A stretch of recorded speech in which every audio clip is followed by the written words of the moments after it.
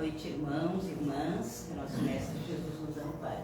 Nossos avisos, a gente ainda está com a nossa rifa em aberto, tá? Que é da batedeira e uma toalha de mesa, tá? Então, assim que a gente vender todos os números, a gente faz o sorteio, tá? São R$5 o número da rifa. E o nosso grupo de estudo vai recomeçar amanhã, quinta-feira, às 19h30. A gente vai começar o nosso estudo, tá? Do Livro dos Espíritos. Mesmo que não tenha participado do ano passado, ainda está em tempo de começar, tá? Aí depois é só falar comigo ali no final, que a gente se inscreve. Isso aí. Obrigada. Boa noite. Vamos iniciar as atividades desta quarta-feira à noite, fazendo nossa abertura. Pedindo permissão do mentor da casa, Eurípides Barçaluco e sua equipe, para que ele faça a devida limpeza de qualquer energia negativa que se encontre. Pedimos a purificação da água, que remédio necessário que vá para nossas casas, e assim, em nome de Deus, o Cristo da caridade, estamos iniciando a atividade esta quarta-feira à noite. Nosso irmão Rodrigo de Torres vai fazer a explanação, nossa irmã Maria, leitura do Evangelho, e ainda a irradiação para os lares.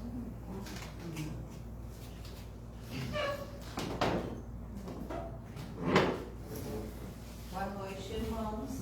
Do Evangelho segundo o Espiritismo, bem-aventurado os aflitos.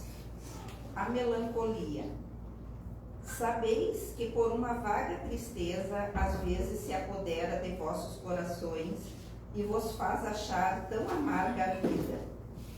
É vosso espírito que aspira à felicidade e à liberdade, mas que, solidamente atado ao corpo que lhe serve de prisão, em vão esgota esforços para dele sair. Vendo que esses esforços são inúteis, vosso espírito cai no desânimo e, sofrendo, o corpo a influencia dele. O langor, o abatimento, é uma espécie de apatia se apoderam em vós. E então pensais ser infelizes. Crede-me, resisti com energia a essas impressões que enfraquecem vossa vontade. Essas aspirações a uma vida melhor são inatas ao espírito de todos os homens, mas não as procureis neste mundo. E agora que Deus vos envia seus espíritos para instruir-vos sobre a felicidade que vos reserva, esperai pacientemente o anjo da libertação que deve ajudar-vos a romper os laços que mantêm vosso espírito cativo. Pensai que, durante vossa prova na terra, tendes uma missão a cumprir, de que já não podeis duvidar, seja devotando-vos à vossa família, seja cumprindo os vossos diversos deveres que Deus vos confiou. E se, no curso desta prova, e quando estiveres desempenhando vossa tarefa, virdes os cuidados, as inquietudes, os pêsames precipitarem-se sobre vós, sedes fortes e corajosos para suportá-las. Enfrentai-as francamente. Elas são de curta duração e devem conduzir-vos perto dos amigos que chorais. Estes irão regozijar-se com a vossa chegada e estenderão os braços para conduzir-vos a um lugar onde os pesares da terra não têm acesso. François de Geneve, Bordeaux. Que assim seja. Que assim seja. Boa noite, meus irmãos. Boa noite, boa noite, boa noite. É um prazer imenso estar dividindo esses momentos com vocês em mais uma oportunidade. E nós vamos iniciar o trabalho da noite de hoje falando um pouco sobre uma obra-prima literária que nos foi trazido, nos foi presenteado da metade do século para o final do século XIX, ali por volta de 1860, 1870. O escritor russo Fyodor Dostoiévski lega à posteridade, nos traz uma obra-prima. Ele que tem tantas obras-primas, por assim dizer, mas num livro chamado Crime e Castigo, que eu vou dar spoiler, porque, gente, se vocês não leram Crime e Castigo, é um clássico dos clássicos do clássico, e se dê um presente, se quiser passar umas boas horas de divertimento. Leia o Crime e Castigo antes de desencarnar. Tomara que você tenha tempo, porque o livro é fantástico. Nesse livro, Dostoiévski nos traz um dos personagens mais complexos da literatura universal. Ele fala de Raskolnikov. Raskolnikov, um jovem, estudante de direito, com uma inteligência acima da média, um rapaz inteligente, morando em São Petersburgo daquela época. A São Petersburgo, que era a capital do czar da Rússia, era um berço de paradoxos, de diferenças. Nenhum país da Europa daquela época era tão assolado pela crise econômica, pela fome, pelas dificuldades, pelas diferenças sociais, com uma monarquia e uma nobreza com tantas facilidades, com acesso a tantas riquezas, inclusive com mão de obra escrava de próprios russos, de compatriotas. Uma cidade grande, bonita, porém uma cidade empobrecida e que longe dos palácios existiam as vielas escuras e frias. E é naquela São Petersburgo que mais ou menos é um personagem também do livro, aquele jovem que não conhecia seu pai, não se fala do pai dele na obra, vivia das expensas da sua mãe e da sua irmã, que trabalhavam muito para conseguir mandar para ele alguma quantia que lhe desse a possibilidade de estudar. E estudando, ele poderia almejar um cargo, almejar uma profissão, que cuidaria delas mais tarde.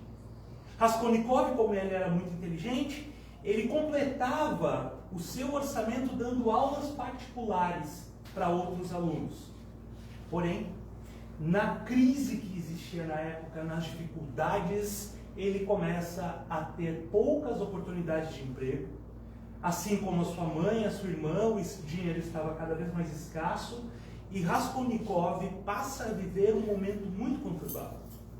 Ele já não tinha muitas roupas, então ele tinha aquele frio, tinha que enfrentar aquele frio horrendo de São Petersburgo. Ele não tinha acesso a dinheiro, então ele se alimentava mal. Ele vivia num pequeno quarto nos fundos de uma pocilga, onde ele não conseguia se aquecer, onde ele não tinha acesso à higiene. Mas a sua cabeça fervilhava das ideias que pululavam na Europa naquela época e que mais tarde iriam desencadear na grande Revolução Russa que transformou o país. Ele, Raskolnikov, defendia uma tese muito interessante. Para ele, as pessoas, os indivíduos, eram divididos em dois grupos.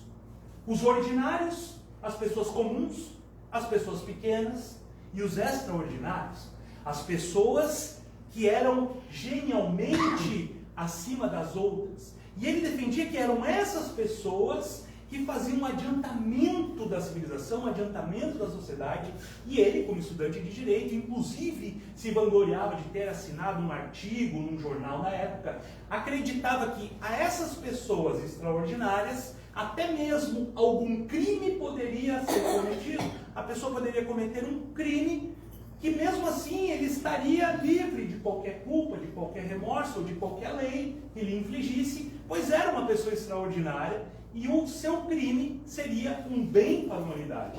Ele, Raskolnikov, era super fã de Napoleão. Escrevia, e ele naquela efervescência da sua mente, passando frio, se alimentando mal, vivendo com muitas dificuldades, não conseguindo continuar os estudos, mas dando a si mesmo uma alta conta, porque ele, Raskolnikov, se acreditava do segundo tipo, das pessoas extraordinárias. Ele se acreditava uma pessoa extraordinária. Ele começa a perceber que a sua vida estava em estilhaços. Ele vive, e o livro narra nessa sua primeira parte, às vezes sem saber se estava acordado ou não. Como se estivesse num sono, num transe, hipnotizado. Porque ele estava vivenciando aquilo que a gente não consegue distinguir. E Dostoiévski escreve de forma genial, a gente não consegue saber. Ele está doente ou não está doente? Ele está são ou não está são? E Raskolnikov, então, dando vazão àquela sua ideia, ele premedita um crime. Existia em Ivanova uma senhora que morava perto dele, uma senhora já idosa, uma pessoa extremamente desagradável, que ninguém gostava, que tratava mal a sua irmã que tinha deficiência. Ela era um ser muito mesquinho e era uma agiota, uma usurária. Ela emprestava dinheiro em troca de juros abusivos e às vezes pegava itens das pessoas. Era uma pessoa muito desagradável e que ninguém gostava. E ele, na cabeça dele, Raskolnikov diz: se eu me livrar dela, eu vou estar fazendo um bem para a humanidade. E pegando algum dinheiro dela, eu vou fazer mais bem ainda, pois eu vou me formar, eu vou conseguir advogar e eu vou fazer parte daqueles que fazem a humanidade, o país, a civilização, a sociedade, chame como você quiser, ele falava a coletividade, ascender com a minha inteligência. E ele tece o plano. E numa série de fatos, de coincidências, o plano sai exatamente como ele havia planejado. Ele racha a cabeça de Ivanov com um machado. Mas antes que ele pudesse pegar o dinheiro que ele sabia onde estava escondido, adentra a irmã dela ao recinto. Tomado de pavor, de susto, porque aquilo não estava planejado, ele não acha outra alternativa senão acometer a irmã dela também com uma machadada. E ele comete ali 2 assassinatos. Mostrando que pouca questão tinha a ver com dinheiro, ainda mostrando sua mente febricitante, ele pega algumas coisas, alguns itens de ouro, algumas joias, foge dali, ela esconde no lugar e depois ele nem dá mais bola para aquilo. E é então a partir desse crime que vai se desenrolar toda a história de Crime e Castigo. Nos próximos 6 atos do livro, nós vamos nos deparar com um thriller de investigação, porque ele passa a ser investigado. Nós vamos nos deparar com um thriller psicológico, pois nós vamos estar durante 6 atos dentro da mente do criminoso. Dostoiévski vai abrir aquela mente, tudo que ele pensava, tudo que ele imaginava, os medos que ele sentia. Por quê? Por aquelas circunstâncias do crime ideal, ele não é descoberto. Outra pessoa assume a culpa, sabe-se lá por quê, o livro diz alguma tese, e ele passa ileso. Pois bem, aí vem o grande ponto dessa obra extraordinária. No momento que ele comete aquele crime, que um dos assassinatos não tinha motivação, era apenas a fraqueza dele que havia falado, ele não conseguia justificar para si mesmo o assassinato da irmã, apenas o da senhora agiota. Ele começa a desenvolver dentro de si uma culpa. E naquela história toda nós vamos nos deparando com um personagem complexo. Raskolnikov se sentia satisfeito, aliviado por não ter sido descoberto, porém tomado por uma culpa e um desejo que ele não conseguia explicar de ser pego. Ele começa então a alimentar uma culpa íntima que vai lhe colocando em circunstâncias cada vez mais dolorosas, cada vez mais complicadas, aonde ele vai se vendo engendrado em esquemas que ele não gostaria de estar, que ele começa a duvidar de si mesmo sobre aquilo que ele acreditava de ser uma pessoa extraordinária, e ele começa então a viver anos e anos e anos de amargurosa culpa. O final do livro, e eu vou dar o spoiler, porque 1860, se você não leu, agora posso dar o spoiler. O final do livro, nós vamos nos deparar com Raskolnikov se entregando à polícia, que não acredita na culpa dele. Acreditando que ele nada mais era do que um louco, que estava querendo ser culpado por um crime que não havia cometido. E então, ele, de forma apenas com a sua vontade, vai até a Sibéria, numa prisão de trabalhos forçados, e acaba os seus dias lá, cumprindo uma pena, pensando sobre o seu crime, mas com a sua culpa sendo aliviada. Terminamos o livro, então, com Dostoiévski levantando várias questões ético-morais, psicológicas, porém, uma delas se destaca e que deve ser o objeto do nosso estudo da noite de hoje. Ele diz: a alma culpada anseia a punição. A alma culpada anseia a punição para reajustar-se, para sentir alívio. Bem, diante desse raciocínio, diante dessa ideia tão complexa, nós precisamos nos debruçar sobre algumas obras da literatura espírita para entender um pouco mais sobre isso, porque nós estamos dentro de uma casa espírita, nós não estamos no clube do livro. Eu sei por que o cara está falando de Dostoiévski, nós viemos aqui para uma palestra espírita. Pois bem, olha só que interessante. Leon Denis, um dos vultos do espiritismo, no seu livro O Problema do Ser, da Dor e do Destino, ele levanta essa mesma ideia. Para Leon Denis, o ser, a mente, a alma, que alimenta dentro de si uma culpa, acaba inconscientemente procurando a corrigenda para o seu equívoco, mesmo que não entenda o que cometeu, mesmo que não saiba o que cometeu. Como se dentro de cada ser, dentro de cada um de nós trouxéssemos culpas íntimas que nos envolvem nos atos e que nos levam a certas circunstâncias que inconscientemente procuramos para nos reharmonizarmos, reajustarmos com a lei divina.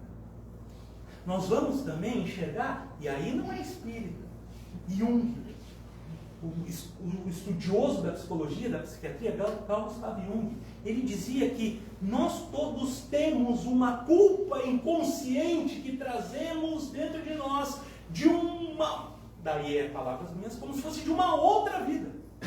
Ele, Jung, que não deu esse passo adiante, mas ele viajava na divisa entre a Suíça e a Itália e se lembrava de lugares que ele nunca tinha ido. E ele acreditava que a consciência pré-existe. Então nós já pré-existimos dentro da ideia dele. Então ali estamos diante de uma circunstância, de um estudioso falando sobre uma culpa de outra reencarnação. Todos nós, meus irmãos, somos culpados de alguma coisa que nem mesmo nós sabemos.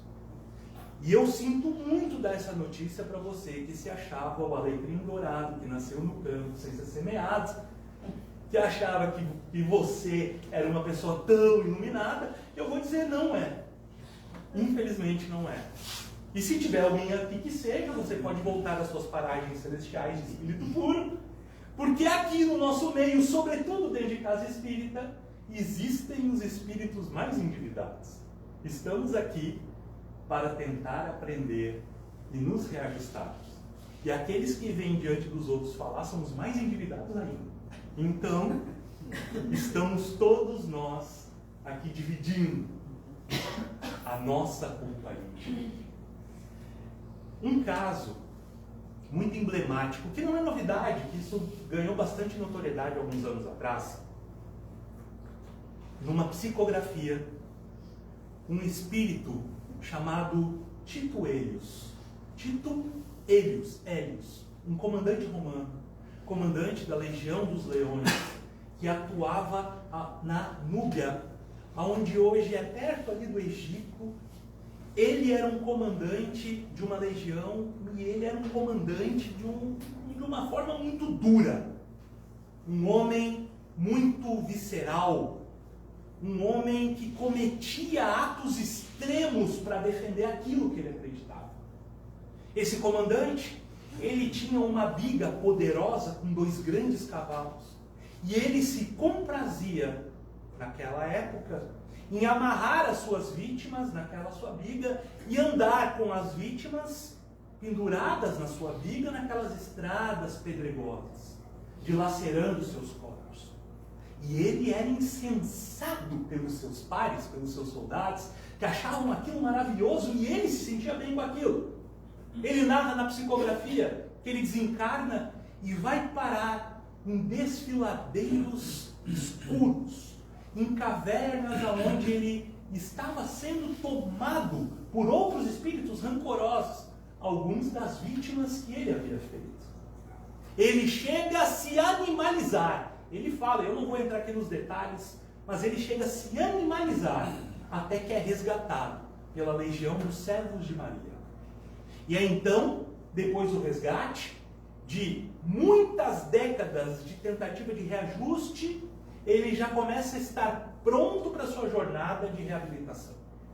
E ele vai fazendo a sua jornada, ele vai indo de reencarnação em reencarnação, vai pagando um débito aqui, pagando um débito ali, indo adiante, se recuperando, porém, ele narra que dentro dele, algo nunca deixava-o ir adiante.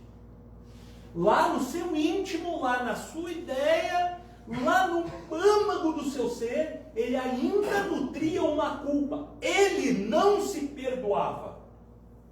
Então, ele roga às entidades que o acompanhavam, roga a Deus para que ele consiga ter a chance de reencarnar e ter um desencarne parecido com o que ele teve, com o que ele dava às suas vítimas.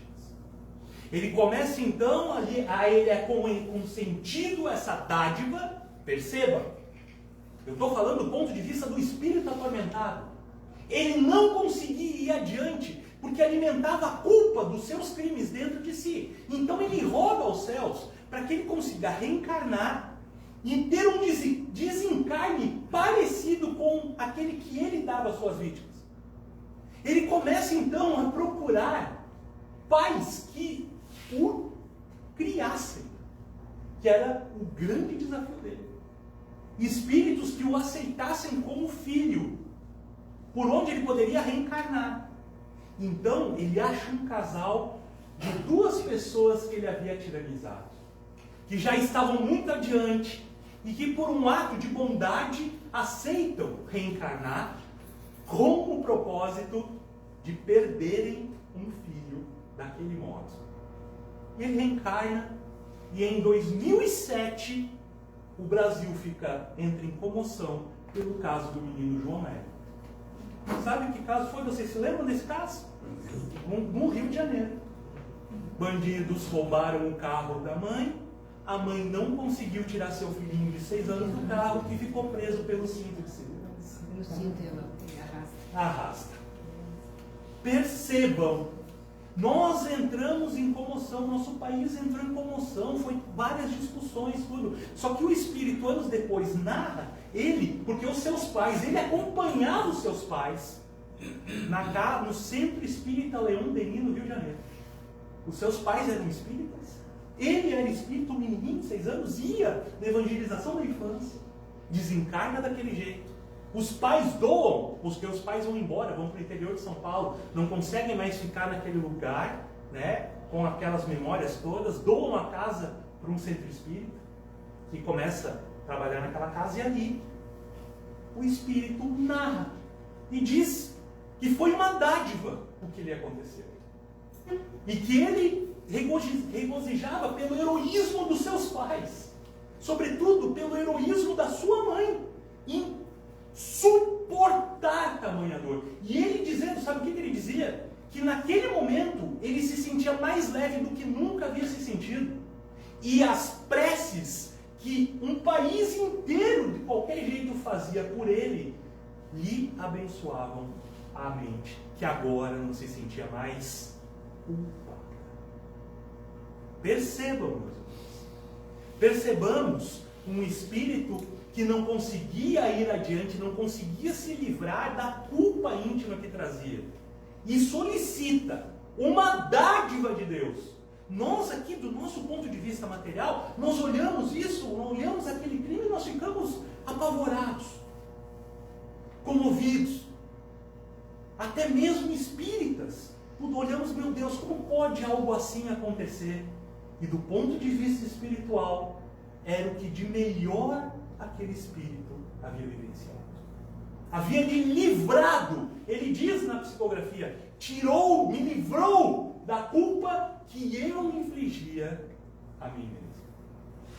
No entanto, o que eu gostaria de falar de culpa hoje, e eu só estou dando esse caso, com essa ideia de uma culpa que nós já trazemos preexistente, ainda assim, o ponto central do nosso estudo é a culpa que nós carregamos dentro de nós, aqui mesmo.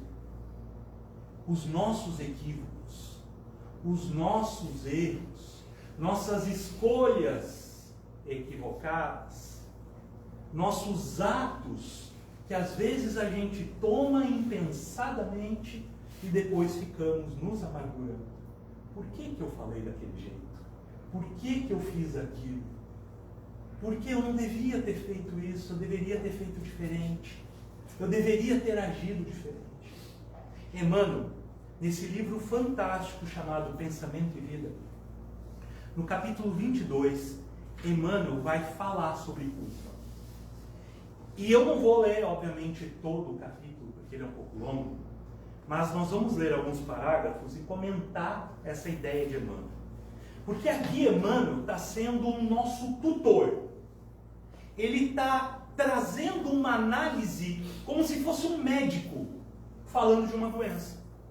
E ele inicia dizendo assim: quando fugimos ao dever, precipitamo-nos no sentimento de culpa, do qual se origina o remorso com múltiplas manifestações, impondo-nos brechas de sombra aos tecidos sutis da alma.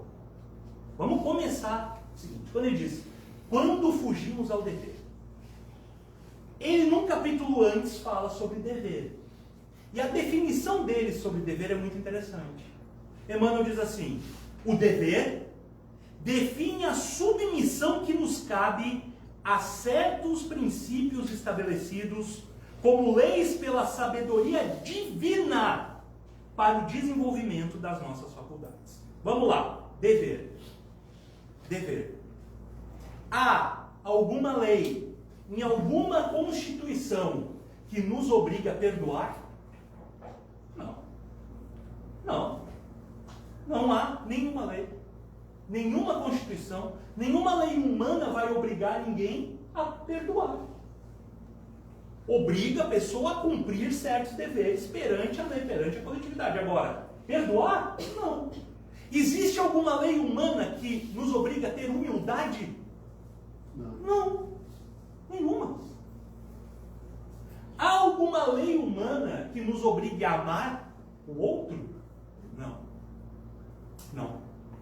Mas há uma lei divina.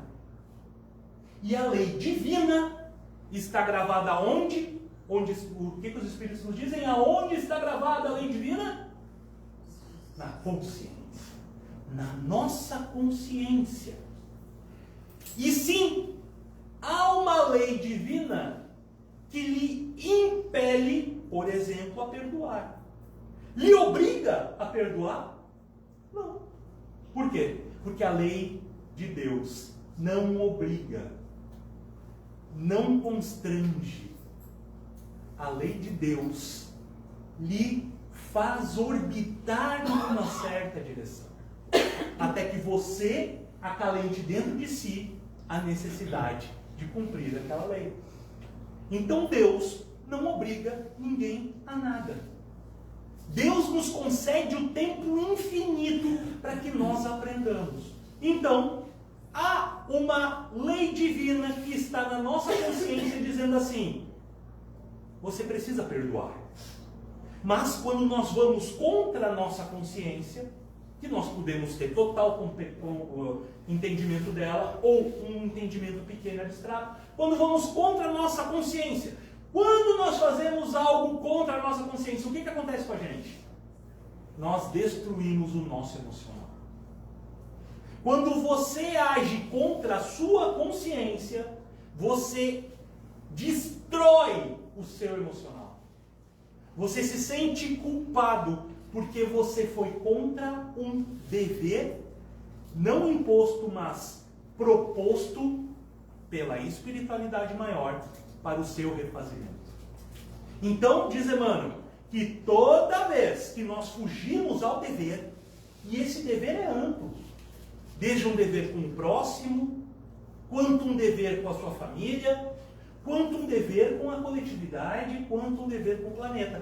Cada vez que nós temos dentro de nós gravados, mesmo que de forma inconsciente, um dever, e nós fugimos desse dever, nós somos assolados pela culpa.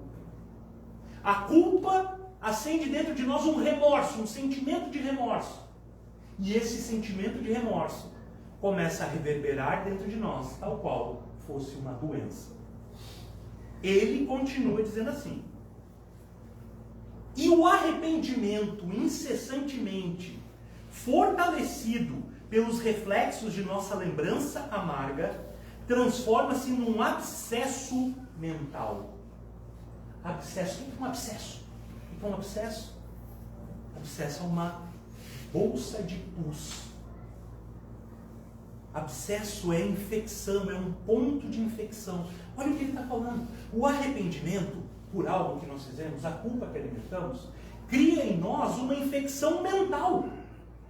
Um abscesso mental. Envenenando-nos pouco a pouco e expelindo em torno a corrente miasmática, a corrente de pensamento, a corrente de miasmas, de nossa vida íntima, intoxicando o hausto espiritual de quem nos desfruta o convívio. Ou seja, aquela culpa é só em nós que dói, ela começa a envenenar as pessoas à nossa volta. E ele fala, quando nós passamos a rememorar aquela circunstância delicada do passado. Por isso que a gente sempre fala, o passado deve nos servir de referência, nunca de residência. Nós não devemos morar no passado. Nós devemos ter a referência do nosso passado. Nós devemos, quando a gente dirige o carro, a gente não dirige olhando para o retrovisor. A gente olha para o retrovisor de vez em quando, para ter a referência do que vem lá atrás. Mas é sempre à frente que nós andamos. Mas quanto de nós, meus irmãos, vive a sua vida preso no passado? Preso no passado. Ah, como era bom aquela época. Na minha época que as coisas eram boas, né? É a frase que entrega a sua idade. Ui! Na minha época a juventude não era assim. Era. Só mudava as coisas que estavam consumindo. Mas era assim. Muitas pessoas sofrem de melancolia, como deu a irmã, por causa que vivem no passado. Passado não pode ser residência. Passado deve ser referência. E ele vai dizendo aqui que a pessoa vai se envenenando. Aquele abscesso mental, aquela infecção mental da culpa, quando ela passa a ser rememorada, por daí vem remorso, reviver. Ela passa a adoecer a pessoa e adoecer todos os outros à volta. Por exemplo, você já viu aquela pessoa pessimista? Aquela pessoa que acha que nada vai dar certo. Não, nada vai dar certo. Não é bom, a pessoa que está sempre de mal, a pessoa que está sempre ruim, a pessoa que está sempre com algum problema, e ela leva aquele problema para os outros. É a pessoa que daí lá na casa, já todo mundo mundo já começa a se contaminar daquele pessimismo. Numa casa espírita, já começa a contaminar os trabalhadores. Num trabalho, já começa a contaminar o ambiente de trabalho. É disso que ele está falando. Ele está dizendo que a pessoa que acalenta dentro de si uma culpa e não lida com aquilo, acaba contaminando os outros da sua própria doença. É como se fosse uma célula que adoece. E o que é uma célula? Quando uma célula do nosso corpo adoece? Quando ela não funciona mais. Como a gente chama isso? Um câncer. Um câncer. É disso que ele está falando. E olha só que interessante. Ele vai dizer assim, ó. Operando. Não, porque ali em cima ele fala brechas de sombras aos tecidos sutis da alma. Nosso corpo é feito de tecidos, os nossos órgãos, tecidos. E ele fala tecidos sutis da alma. O nosso corpo espiritual, a nossa mente que cria o nosso corpo espiritual. Ali há brechas de sombra que começam pouco a pouco a adoecer e desorganizar organicamente a pessoa. Ele vai adiante, operando a onda mental. Agora ele dá um tapa, gente. Operando a onda mental em regime de circuito. Por ela incorporamos, quando moralmente desalentados, os princípios corrosivos que emanam de todas as inteligências encarnadas ou desencarnadas, que se entrosem conosco no âmbito da nossa atividade e influência. O que ele está falando aqui? Ele está dizendo o seguinte: você começa a conectar-se em circuito com outras almas, outras inteligências, outras pessoas que estão conectadas mentalmente naquela vibração. Como se fosse uma frequência de um rádio, que você ajusta a frequência. Dá conta disso. Dá conta. Você começa a atrair, por causa daquela culpa que você traz dentro de si, aquela culpa mal trabalhada, um remorso que começa a lhe adoecer, um abscesso mental, e você começa a entrar em circuito com outras inteligências sofredoras como você. Encarnados, eles encarnados. Dá conta disso. E ele usa um termo, agora ele usa um termo, olha só. É nesse estado negativo que, martelados, olha o termo que ele diz, martelados pelas vibrações de sentimentos e pensamentos doentios, atingimos o desequilíbrio parcial ou total da harmonia orgânica, enredando o corpo e a alma nas teias da enfermidade, com a mais complicada diagnose da patologia clássica. Martelados por ondas mentais doentias que nós mesmos estamos sintonizando, enviando para nós mesmos.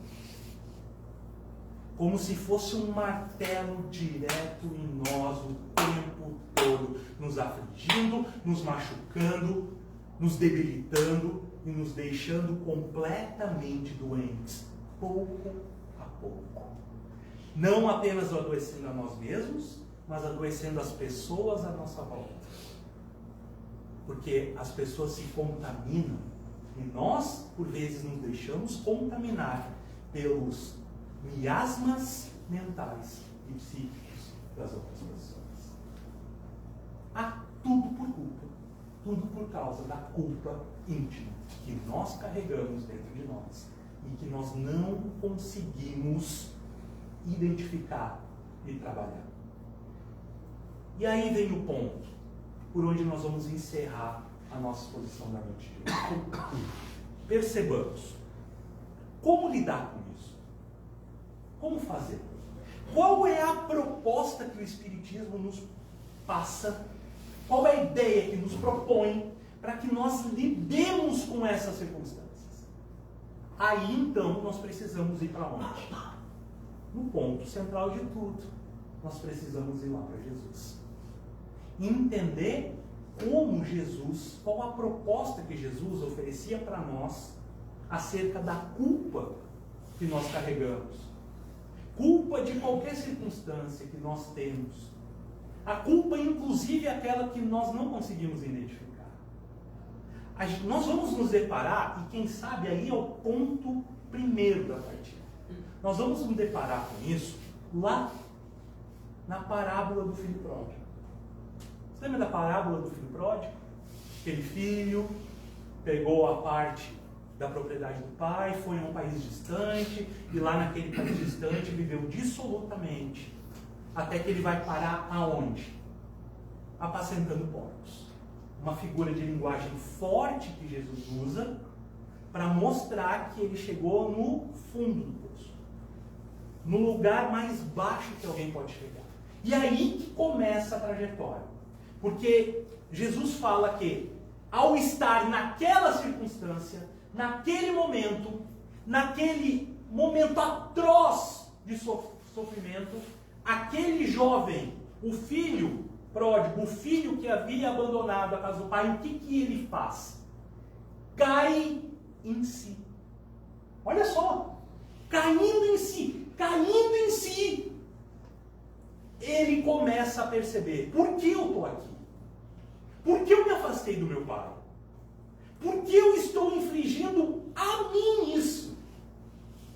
Porque eu criei essa circunstância toda de me separar do meu pai. Porque eu me levei para cá, porque eu me vi, eu trouxe toda essa minha carga emocional para esse ponto. Ele cai em si, ele olha para dentro de si mesmo. E aí ele faz o quê? Levanta e se põe em marcha de volta à casa do pai. E daí Jesus constrói essa figura de linguagem maravilhosa, essa parábola maravilhosa, mostrando um pai que esperava aquele filho, ansiosamente. E olha nos detalhes que Jesus mostra, o mestre incomparável que ele era. Aquele pai estava olhando ao longe, esperando aquele filho, ansiosamente. E quando ele vê o filho ainda no caminho, ele vai em busca do filho. Quando a espiritualidade maior percebe em nós a marcha que nós queremos fazer para o nosso reajuste, ela manda para nós todas as circunstâncias possíveis para nos ajudar a esse reajustamento. O pai, então, tem aquele filho nos braços. Ele não perde tempo julgando, ele não perde tempo dizendo que ele fez errado. O pai não pensa nada disso. Ele coloca o anel no filho, as sandálias e a túnica. É como se a espiritualidade... Entendamos, meus irmãos. Se Deus é infinito amor, o que Ele espera de nós? Que nós fiquemos nos punindo pelos equívocos que fizemos, ou Ele clama pelo nosso reajuste, pela nossa volta, pela nossa ida a um local diferente daquele que nós nos colocamos pela nossa consciência, que busca as circunstâncias difíceis e delicadas para nos culpar, para nos punir. Nós buscamos a nossa punição, como dizia Dostoiévski. É óbvio que Deus, Pai, a espiritualidade maior, dá para nós os instrumentos. Porque nessa passagem do filho pródigo, quando ele coloca a sandália, a túnica, o anel no filho, é como se uma simbologia para dizer que a espiritualidade nos dá os instrumentos para que nós voltemos à casa do Pai. Para que nós façamos o regresso. Aí está o ponto do que Jesus fala sobre a culpa. Quando nós estamos culpados, nós precisamos cair dentro de nós mesmos, analisar e fazer a jornada de volta. Trabalhar incessantemente no bem, trabalhar incessantemente no nosso reajuste, entender o que nós estamos sentindo, mesmo que nós não nos lembremos. Sabe como é que a gente faz? Meus irmãos, todo mundo já vivenciou isso. Já viu aquela pessoa que tu bota a cara e tu gosta de cara? Tu nunca conversou com ela. Mas daqui a pouco assim, ó, é teu melhor amigo. E aquelas vezes aquela pessoa que tu olha nunca falou contigo, nossa, que ranço que eu tô daquela pessoa. A pessoa nunca fez nada pra ti. Mas tu não sabe por quê.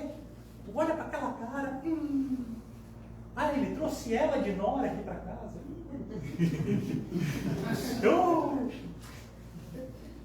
Isso é o nosso inconsciente falando.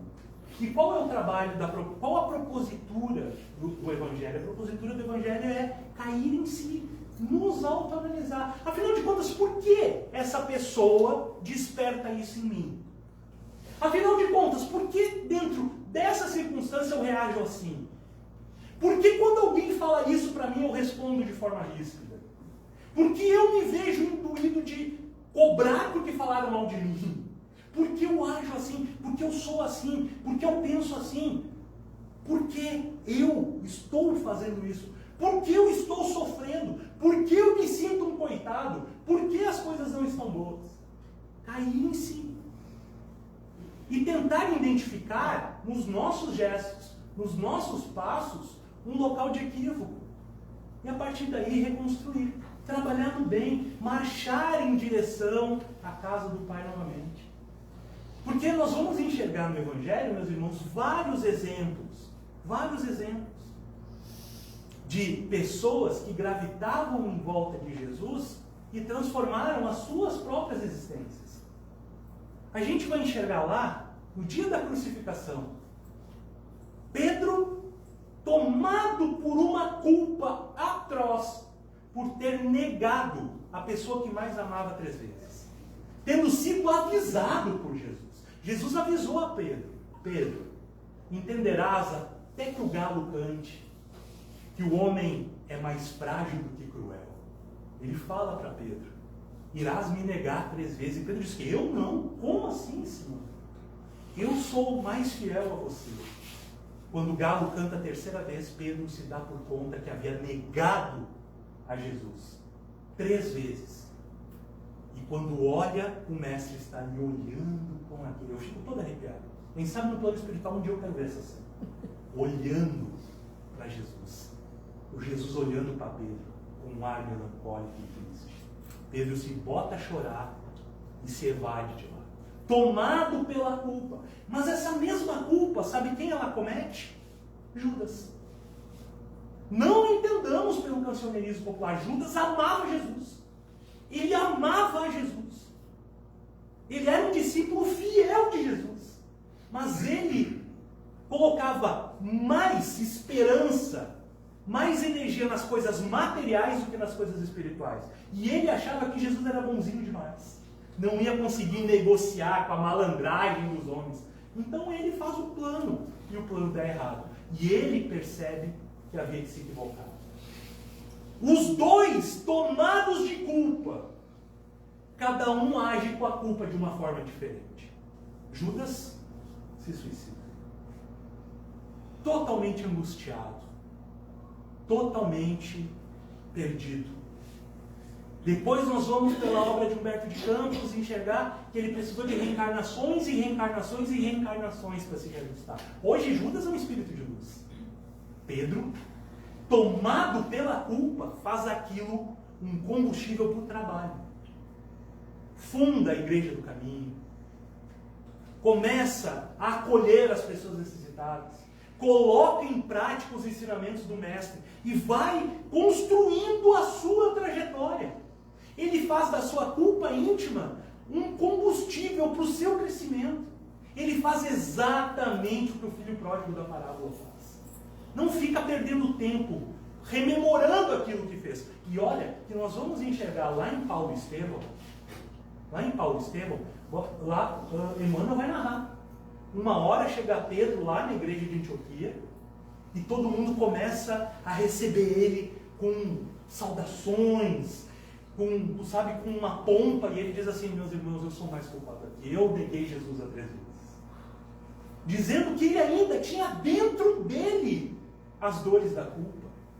Mas aquilo não o imobilizava mais. Aquilo agora dava para ele força para ir adiante. Nós vamos enxergar o próprio Paulo, que eu falei da obra Paulo e Estevão. Paulo fala lá na Epístola aos Coríntios: eu tenho um espinho na minha carne.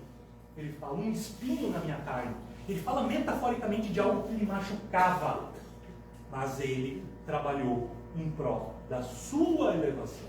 Nós vamos ver então Maria de Magdala, Maria Madalena, totalmente culpada, enredada por circunstâncias da sua vida dissoluta de outrora, e que larga tudo, e ainda encarnada naquela reencarnação, trabalha incessantemente Emmanuel diz, o espírito que gravitava em torno de Jesus, que mais negou a si mesma para se reajustar. E é a ela que Jesus escolhe aparecer em espírito, naquilo que nós entendemos como a ressurreição. Não foi nem a mãe dele, e nenhum dos discípulos homens, foi a ela. Porque entendia, percebia naquele espírito a busca que fez para se livrar daquela culpa que lhe segurava. Meus irmãos, entendamos o caminho, entendamos o recado. Não nos deixemos imobilizar, parar, nos entristecer, viver com angústia e com pesar da nossa vida, da nossa existência, por equívocos que cometemos, ou atos inadequados, ou circunstâncias que nós queríamos voltar no passado e reconstruir. Não perca seu tempo. Pense adiante. Trabalhe, busque, ame. Jogue amor para dentro da sua vida. Amor. Se o problema é uma crise de saúde, joga amor para o teu tratamento. Se o teu problema é uma crise de relacionamento, joga amor para o teu relacionamento. Se o teu problema é um parente difícil que lhe faz sentir dor, oferece amor em troca das coisas difíceis, das coisas ruins.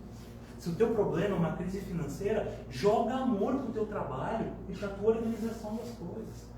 Todas as circunstâncias difíceis que nós vivemos, todas elas são reconstruídas e refeitas com amor. Peguemos os nossos problemas, peguemos as nossas dores, peguemos as nossas angústias, peguemos os nossos medos e as nossas dúvidas e entreguemos na mão de Jesus. O melhor sempre vem. Geralmente não é aquilo que a gente quer. Geralmente não é aquilo que a gente esperava. Mas sempre, sempre, sempre, sempre, sempre é o melhor para que nós sejamos mais felizes. Que nós tenhamos muita fé, muita força, uma nova trajetória, um novo vetor de transformação. Que assim seja.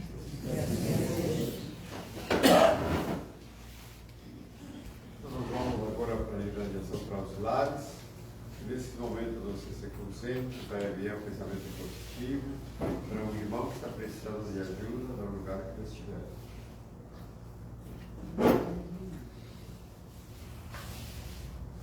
Neste momento, com o coração e as mentes plenas de gratidão,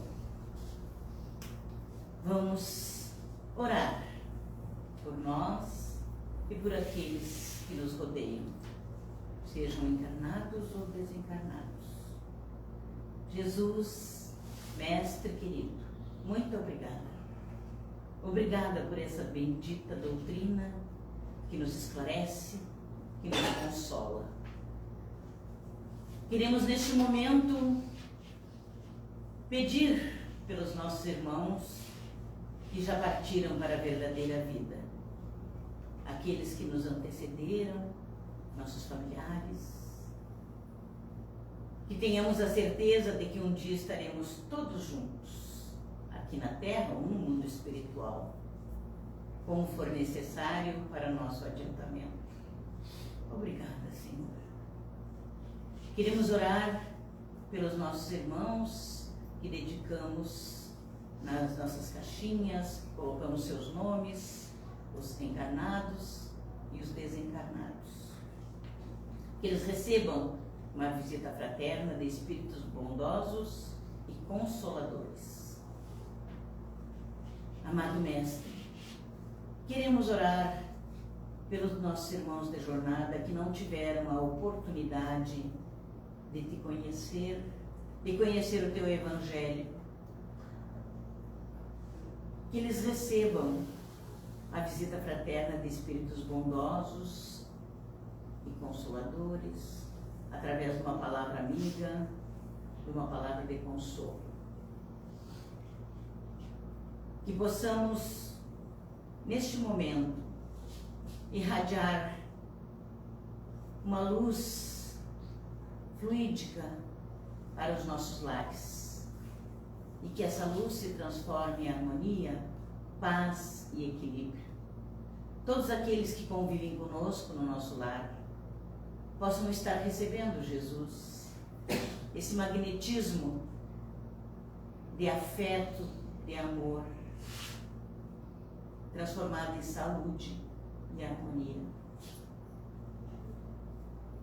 Queremos, Jesus, orar pelos nossos irmãos que se encontram em um leito de dor, nos hospitais, nos asilos, nos manicômios, nos orfanatos. Enfim, Jesus, queremos orar por todos os lares, para que eles possam ter a oportunidade de te conhecer e entender as lições da vida. Muito obrigada, Senhor. Neste momento, queremos orar por nós mesmos, que aqui estamos. Queremos pedir que os nossos mentores espirituais, nossos anjos da guarda, se façam ouvidos por nós, que a gente receba por intuição tudo aquilo que necessitamos para que possamos colocar na prática os teus ensinamentos. Obrigada, Senhor, e que possamos sair daqui muito melhores do que quando chegamos. Que assim seja.